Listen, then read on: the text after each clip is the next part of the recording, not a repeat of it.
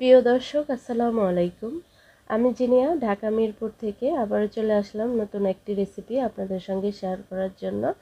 আজকে আমি মসুর ডালের কাবাব তৈরি করছি। কোনো রকম চিকেন বা বিফ ছাড়াই এই মসুর ডালের কাবাবটা তৈরি করব, কিন্তু খেতে খুবই সুস্বাদু। ধরার উপায় নাই যে এখানে কোনো চিকেন বা বিফ ব্যবহার হয় নাই। তো চলুন কিভাবে আমরা এই মসুর ডালের কাবাবটা তৈরি করি দেখে নেই। তো এখানে আমি 1 কাপ পরিমাণে মসুর ডাল নিয়েছি, আর মসুর ডালটাকে খুব ভালো করে ধুয়ে পানিটাকে ঝরিয়ে নিয়েছি। আর 1 কাপ ডালের জন্য আমি এখানে 1.5 কাপ পরিমাণে পানি ব্যবহার করছি, আর এটাই পারফেক্ট একদম পানিটা। তো এখানে আমি দিয়ে দিচ্ছি পেঁয়াজ কুচি, 2টা পেঁয়াজ বড় সাইজের। আর গ্রেট করা আমি এখানে রসুন কুচি দিয়ে দিলাম 1 চা চামচ, আর আদা কুচি দিয়ে দিচ্ছি 1 চা চামচ পরিমাণে।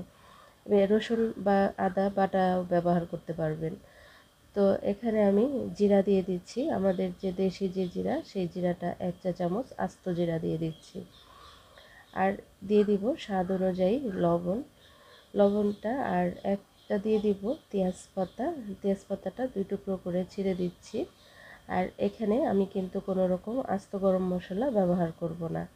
তো এখন সব কিছুকে একটু হাতা দিয়ে নাড়িয়ে মিশিয়ে দিব, আর এটাকে ঢাকনা দিয়ে ঢেকে আমি 5 মিনিটের মতো কুক করে নিব। আর 5 মিনিট কুক করলেই এটা খুব সুন্দরভাবে কুক হয়ে যাবে। এটা একদমই মিডিয়াম টু লো হিটে করে কুক করে নিব 5 মিনিট। 5 মিনিট পরে আমাদের এইটা ডালটা খুব সুন্দরভাবে কিন্তু কুক হয়ে গেছে, এই যে। আর এই যে ডালগুলো কিন্তু একদম গলে যায়নি, সবগুলো ডাল আস্ত আস্ত আছে। তো পানির মাপটা এটা খেয়াল করবেন যে 1 কাপ ডালের জন্য 1.5 কাপ পানি একদম পারফেক্ট হবে। তো এই যে এখন হালকা একটু পানি আছে, এটাকে আমরা নাড়াচাড়া করতে করতে ডালটা একটু ভাঙা ভাঙা হবে, আর এই পানিটাও শুকিয়ে আসবে। তো এই পর্যায়ে এসে আমি কিছুটা শুকনো উপকরণ ব্যবহার করছি, এতে করে কালার সুন্দর আসবে। হলুদের গুঁড়া 1/3 চা চামচ পরিমাণে, আর লাল মরিচের গুঁড়া 1/3 চা চামচ পরিমাণে এখানে ব্যবহার করছি। আর কাঁচামরিচ দিয়ে দিচ্ছি 2টা কুচানো, এটা ঝালটা আপনারা আপনাদের পছন্দ অনুযায়ী বাড়িয়ে কমিয়ে দিয়ে নেবেন। আর এই যে হলুদ মরিচ আর কাঁচামরিচ, এটা আপনারা চাইলে ডালটাকে একদম ঠান্ডা করে তারপরও মিশিয়ে নিতে পারবেন, কিন্তু আমি এখানেই দিয়ে দিলাম। তো এখন দিয়ে দিব 1/2 চা চামচ শাহি গরম মশলা। আর এই শাহি গরম মশলাটা দেওয়ার কারণে একটা সুন্দর ঘ্রাণ বের হবে, একদম অরিজিনাল কাবাবের ঘ্রাণটাই এখানে চলে আসবে। আপনারা যদি আস্ত গরম মশলা ব্যবহার করেন সেক্ষেত্রে এটা দেওয়ার দরকার নেই। তো পানিটা শুকিয়ে গেলে আমরা ডালটাকে নামিয়ে নিলাম। আর ডালটা হালকা একটু ঠান্ডা হয়ে আসলে এখন আমি এখানে আদা রসুনের পেস্ট দিয়ে দিচ্ছি 1 চা চামচ পরিমাণে। আর দিয়ে দিচ্ছি এখানে ভাজা জিরার গুঁড়া দিয়ে দিচ্ছি 1/2 চা চামচ পরিমাণে। তো আমি 2বারের করে 1 চা চামচ পরিমাণে ভাজা জিরার গুঁড়া এখানে ব্যবহার করছি।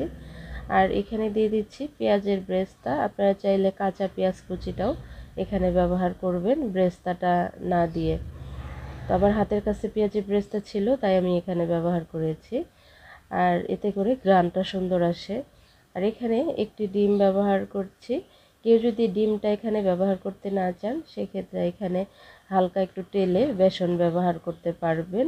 এখানে 2 টেবিল চামচ পরিমাণে বেসন ব্যবহার করলেই কিন্তু হয়ে যাবে। তো এখানে ডিমটা একটু মিশিয়ে নিলাম, আর দিয়ে দিব এখানে ব্রেড গাম। এখানে আমি 1 কাপ পরিমাণে ব্রেড গাম ব্যবহার করছি, আর এই ব্রেড গামটা আমার ঘরেই তৈরি। আমি পাউরুটি ব্লেন্ড করে এখানে জর্দার রং দিয়ে হালকা একটু টেলে নিয়েছি। তো সেই ব্রেড গামটাই এখানে ব্যবহার করছি, আর খুব ভালো করে মিশিয়ে নিলাম। এখানে আর কোনো কিছুই দেওয়ার প্রয়োজন নাই। তো এই যে আমাদের কাবাবের জন্য ডোটা তৈরি হয়ে গেছে। এখন আমরা এই যে এইভাবে যতটুক শেপ দিব, আমি মিডিয়াম সাইজের করে তৈরি করে নিচ্ছি। আপনারা আপনাদের পছন্দ অনুযায়ী সাইজটা কমিয়ে বা বাড়িয়ে বড় ছোট করে তৈরি করে নিতে পারবেন। তো 1 কাপ ডাল দিয়ে অনেকগুলো কাবাবই কিন্তু আমার হয়েছিল। তো এখন চুলায় আমি তেল দিয়ে দিয়েছি। তো এখানে তেলে দিয়ে আমরা প্রথমে তেলটাকে গরম করে নিব একটু ভালো মতো, তারপর জালটা কমিয়ে দিয়ে কাবাবটা আমরা ভেজে নিব। জালটা যদি বাড়িয়ে ভাজি সেক্ষেত্রে এটা যেহেতু মসুরির ডাল, এটা কিন্তু অতি দ্রুত কালার চলে আসবে আর এটা পুড়ে পুড়ে যাবে, দেখতে ভালো লাগবে না আর খেতেও ভালো লাগবে না। তো এপিট ওপিট উল্টিয়ে উল্টে আমি এক সাইডে সাইডে দিয়ে মানে সবগুলোকেই একই সেমভাবে ভেজে নিব। আর এই যে আমাদের প্রথম যে কাবাবগুলো দিয়েছিলাম সেগুলো কিন্তু আমাদের অলরেডি ভাজা হয়ে গেছে। তো আমি এক সাইডের থেকে এগুলাকে উঠিয়ে নিচ্ছি আর অন্য সাইডগুলোতে কাবাবগুলো দিয়ে দিয়ে আবারও ভেজে নিচ্ছি। তো একই সেমভাবে আমরা কাবাবগুলো এই যে তুলে নিলাম। আর এই যে ফাইনালি কাবাবগুলো দেখেন কত সুন্দর একটা কালার চলে আসছে, আর ভিতরটা দেখে বোঝাই যায় না যেটা মাংস ছাড়া শুধু ডালের কাবাব। এই যে একটু দেখেন কতটা সুন্দর হয়েছে, খেতেও কিন্তু অসাধারণ। যারা এখন পর্যন্ত এভাবে ট্রাই করেনি একবার হলেও ট্রাই করবেন, আশা করছি রেসিপিটা ভালো লাগবে। তো হয়ে গেল মসুর ডালের কাবাব। ভালো থাকবেন, আল্লাহ হাফেজ, আসসালামু আলাইকুম।